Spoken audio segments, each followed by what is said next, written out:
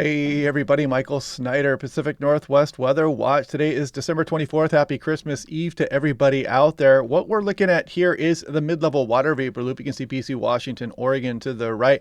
And here is the rapidly developing cyclone that moved up and across our coastal waters. This is yesterday. I want to show you something here. Put this into motion and you'll notice something that goes on here right there. Notice that. That is what's known as a sting jet, rapidly descending air associated with some of the stronger mid-latitude cyclones. I mean, very apparent on both the upper, the mid, and the lower level water vapor loop, and very intense winds in that. You wouldn't want that anywhere near anything on land. Some extremely intense winds with that. Then this is back here, what's known as a bent back occlusion. You get the occluded front where the cold front and the warm front meet, and then they bend back and around here, and that's where the bent back occlusion is. You can see that storm, how it just kind of moved right between Haida Gwaii right here and Vancouver Island, and it did produce some strong winds here across the area. And as we scroll on in through where we are this morning, you can see it right up there, kind of decaying, of course, as it moves over the interior area.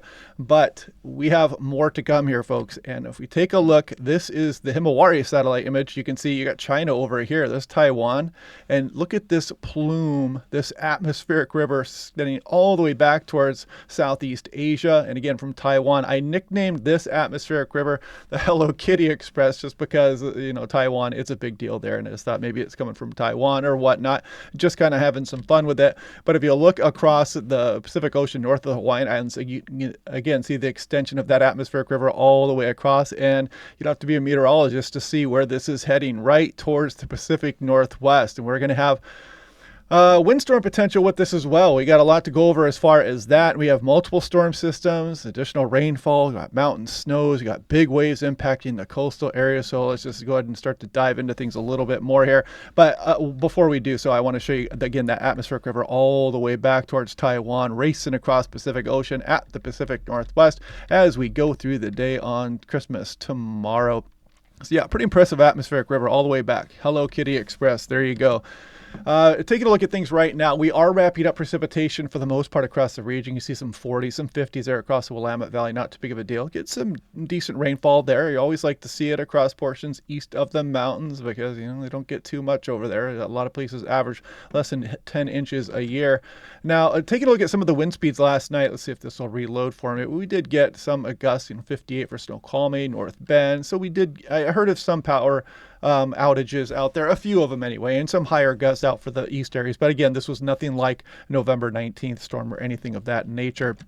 And if we take a look here at us, this is, I believe, for Seattle yesterday. Yes, it is 55 degrees. We had 8/10 of an inch of 8/100 of an inch of rain. We're at 3.6, but we're going to go above average, and we average about 5.6 for the month of December. 56 is the highest gust so far this month, back on December 18th.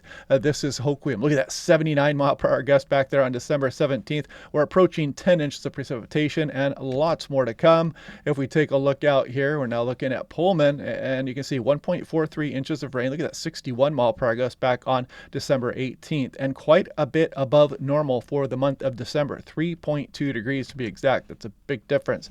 Now looking for Seattle, Tacoma, you can see we've got a lot going on. We got winter storm watches, we got high wind watches, we got hydrologic outlooks, we have high surf advisory, flood, we got all kinds of stuff. It kind of looks a bit like a fruitcake here, and I'll show you why that is the case here in a moment. Same thing for Oregon National Weather Service. High wind watches are up. The winter storm watches are up. The big surf continues to batter some of the coastal areas and down towards Medford as well. Now, if we take a look at Spokane, they've got a nice graphic here. This is winter storm potential here as we go through Christmas and the couple days after. And you can see chance a foot or more Wednesday p.m. through Friday a.m. Stevens, Snoqualmie. Look at Stevens, 100% chance there. Pretty bold statement. Snoqualmie closer to the snow rain line there, so lesser chances. You can see Blewett and other passes there as well. You got lowlands and, of course, the impacts. But I wanted to point this out as well. It's because Wednesday p.m. through Thursday p.m., 20 to 50% chance of 2 inches or more along and north of Highway 2. So be careful for that. Now, looking at the energetic wave activity, you can see maybe a tiny bit of a break as we go through Christmas morning, but again, the large waves arriving as we go through the day Christmas and just continue to batter the coastal areas here as we go on through the 27th, the 28th, and then maybe we'll start to get some type of a break there through the extended, but don't count on it quite yet because these are still elevated waves at that. So yeah, we got a long way to go here before we start to calm things down off the west coast of North America. You probably heard what was going on across California. One of the piers was damaged and floating around in the water. We had a fatality out there. People were being swept away, and we've had some water rescues up and down the west coast as well. So this is what about 30,000 feet up in the atmosphere. We got the Hawaiian Islands here, Pacific Northwest to the right, Japan to the left. So if we put this into motion, you see this jet stream just absolutely ridiculous, up over 240 miles per hour at times. And you can see where it's pointed. I mean, look at this extension all the way across Pacific Ocean at the Pacific Northwest. That is going to carry with it windstorm potential, especially as we go through Christmas night and the day after that. We really got to watch this low pressure system here. I'm going to go into this in some detail here more in a moment. And then we got additional storm system potential as we go through the 27th and then the 28th. Additional storms just continue to point their way at the Pacific Northwest. So one of the issues we're looking at here is we got some model disagreement even in the short term. So if I back this up, that was the storm system that was wrapping up here last night, and that continues on in through western British Columbia. So we go on in through Christmas Day. Look at the next storm system. It starts to develop out here right there. You can see this fairly robust low, another 979, big boy out there, and it's got a pretty good pressure gradient with it and a pretty good pressure rise, and this would cause some pretty strong winds across Pacific Northwest. Now, I'll show you the problem with that here in a moment, because the European, this is hot off the presses, 12Z run. I'm going to update that, in fact, so we get all the most recent data. And I'll put this into motion. And if we go on in towards Christmas, you notice the parent low out here is fairly deep, but it's really not spinning the low up in the same area here that it was on the North American high resolution model. It shows the development right there. And what I worry about is that we're going to get something right in between that's going to burrow right into the Washington coast and bring some exceptionally strong winds. So we've really got to watch it. You can see that late development right there.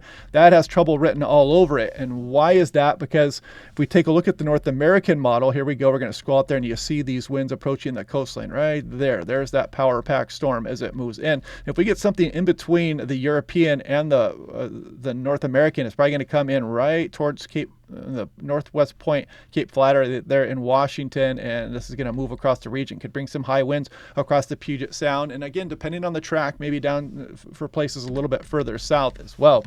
Now, the European, on the flip side of that, it doesn't show quite as a robust a storm, but you can clearly see there is some development going on right as it makes its way towards the Washington coast. And I just worry that this is going to develop right here and bring a fairly substantial blow, especially with the bent back occlusion right into the Washington coastline and perhaps across the northwest interior, maybe the Puget Sound, getting some high winds out of this as well. And then you can see additional storm development. It's got another very strong storm off the coastline here as we go on into the 26th, into the 27th, and then there would be additional storms after that. Now the GFS, let's see what it says. So we start to go off in towards the 26th, and it shows that pretty strong low there. Look at that pressure gradient, extremely wicked up and down the Washington coastline. Low burrows into Vancouver Island. This would be bringing some strong winds across the region. Here we'll start to look at those again in a minute. And then another fairly robust low as we go through the 26th and the 27th, and then additional strong storms out there as well. And yeah, we got a long way to go here as we go towards the new year, storm system after storm system. I want to kind of highlight precipitation amounts. Here we go as we go through the day Christmas and on into the 26th. You can see the precipitation amounts are going to be climbing as we go on in through the end of the month. We're going to be bringing some substantial precipitation. So we're going to watch for some flooding issues during this time frame. You can see pretty widespread rainfall and really targeting some of southwest Oregon, northwest California. But look at that, Seattle, by the time you get towards just the 29th, we're going to be well above average for the month of December. Start to bring the risk of some of the landslides here for the Willamette Valley and the Puget Sound in some populated areas.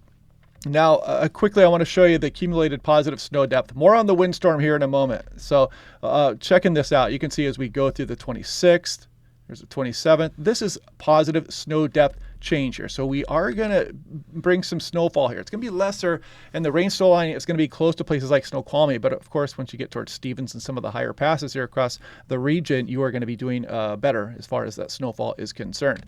Now, here we go. European left, GFS on the right. So put this into motion. Again, the atmospheric river is on its way. It's coming. How is this low going to develop? This is going to mean everything on what kind of winds we get. And very intense storm here on the GFS, the 12Z.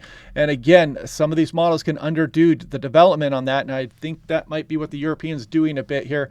This is going through late Christmas night into the 26th coming up. So there's going to be a very powerful storm right there. And then the European wants to bring in even a stronger low there on its model with, again, another very intense pressure gradient as we go through the night of the 26th and the 27th, and then another storm right there. And you can kind of see the precipitation continuing on as we go well off in towards the early portion of next week. Now, the GFS is usually very conservative in some of its wind speeds, but I just want to kind of show you here that it shows a pretty substantial swath with the low pressure moving towards Vancouver Island here, and some 50s up and down the Puget Sound. Those could cause some power outages and some damage, and you see widespread 60s along the Oregon coast. And the GFS, again, usually on the very conservative side. You can see some big winds coming across some of the northwest interior, the San Juans also. So, man, we got a lot to watch. Tomorrow morning is going to tell us a lot, and probably on the day today, we're probably going to get some kind of model consolidation on the exact track and the strength of the storm as we go through the day today. Now, we can look at other things too, like the HRRR. This is the 12Z run, mean sea level pressure. What does it show? Okay, we're scrolling out here. I can't remember what it showed. There it goes. It has the low pressure as well. And look at this pressure gradient. That is bad news. That would bring an extremely strong windstorm here to the Washington coast, potentially for some of the interior areas as well. Look at this 980 millibar low. I mean, you're talking 20 millibars here from Cape Disappointment up towards Vancouver Island. Very intense winds would accompany that. And if we take a look at that, same thing here. We're just zoomed in a little bit. 10 meter max wind gusts. So as we scroll through, that wasn't even the strong storm there. Look at that bent back occlusion, 78 miles per hour there for Quileute. Look at some of these winds moving in across the northwest interior, and that's right at the end of the run at 48 hours. But look at this, widespread 50 plus mile per hour gusts, maybe even down into the Willamette Valley, depending on the track and the strength of this low. Big winds up the Oregon coast also, so we really got to watch this storm. You see the Strait of Georgia, southwest BC, 60 miles per hour plus. Bellingham. So yeah, we got our work cut out for us. Might have to do another video here tonight, and I'm flying out tomorrow morning for a bit, but I'll try to get a video out because this storm is too important not to talk about. So saying that, let's take a look at the European artificial intelligence. I did mention some Arctic air, maybe well off into January here. I got an update with that. And take a look at some of these systems moving through one after another. These bullets just being shot at the Pacific Northwest. We scroll on towards the end of the year. The westerlies still continue. Another system as we go through January 3rd. And some ridging starts to develop. And some of the models previously were showing some of this ridging coming up across Alaska, which would allow for more of a northwest flow or a north flow back down into Western Canada and bringing some Arctic air with it. But right now, it doesn't look like that. You can kind of see the Gulf of Alaska trough gets churning in, keeps that ridging here over North America. This is Pacific North American positive oscillation where the troughing is out over the open ocean. So yeah, backing off on that chance for Arctic air to get anywhere close to the Pacific Northwest in the extended run. Don't shoot the messenger here. We'll just continue to watch that as we scroll on in through the winter months, of course. Now look at Hoquiam. We got a lot of rainfall incoming here. These are 24-hour totals, close to 2 inches in a 24-hour total. This is Portland. Look at that 1.8 in the latest control run. Look at the control up 1.8. The mean is getting close to 1.5 as well. Seattle up over an inch in a 24-hour period. Quileute 2 inches. There's Chehalis 1.6. So yeah, a lot of rainfall coming just in a 24-hour period. And then we've got additional big slugs of rain incoming as well. So yeah, lots to go through. And I want to show you, guys, the temperature cross-section here for Mount Baker. Largely, much of this will be falling as snow over the next week or so. Snoqualmie Pass right there, you can see that at times the freezing level is going to be above the pass level. And depending on if there's east winds present during this time frame as well, we might have some lower snow levels. But it's going to be close for Snoqualmie Pass. Stevens Pass, better, a little bit lower there, but still at times you could be flirting with some warmer air. There's Mount Hood also kind of in and out of that, with some warmer air approaching at times. Mission Ridge, not too bad. And there's Whistler up in BC, should be faring better.